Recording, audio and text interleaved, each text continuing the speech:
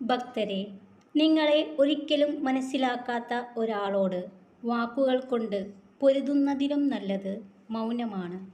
പിന്നെയും പിന്നെയും സംസാരിക്കാൻ ശ്രമിച്ച് കോപത്തിൻ്റെ ആഴം കൂട്ടാമെന്നല്ലാതെ നിങ്ങൾ പറയുന്നതൊന്നും ആർക്കും മനസ്സിലായി എന്ന് വരില്ല.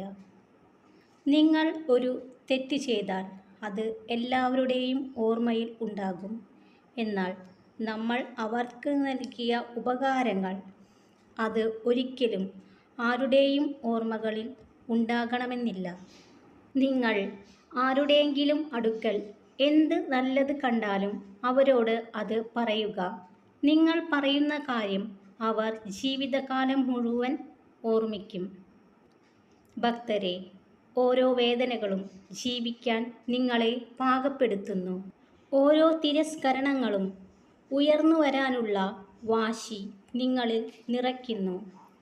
നിങ്ങളെ തളർത്തുന്നവരും വളർത്തുന്നവരും നിങ്ങളുടെ കൂടെ തന്നെ യാത്ര ചെയ്യുന്നുണ്ടാകും.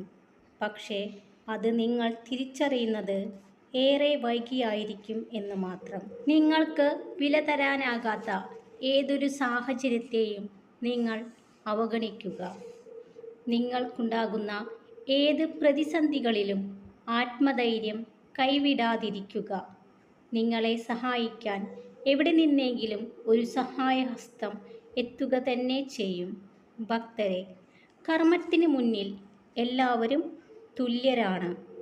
നിങ്ങൾ ചെയ്ത പ്രവർത്തികൾക്ക് അർഹിക്കുന്ന പ്രതിഫലം കിട്ടുക തന്നെ ചെയ്യും. അത് നല്ല പ്രവർത്തികൾക്കായാലും ശരി, ചീത്ത പ്രവർത്തികൾക്കായാലും ശരി.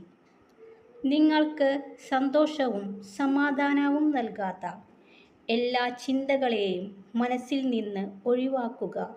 ഇല്ലെങ്കിൽ മനസ്സ് എപ്പോഴും അസ്വസ്ഥമായിരിക്കും.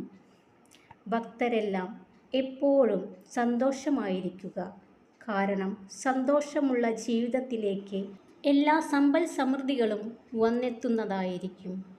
നിങ്ങളിലെല്ലാം മഹാദേവൻ്റെ അനുഗ്രഹം എപ്പോഴും ഉണ്ടാകട്ടെ. ഓം നമഃ ശിവായ.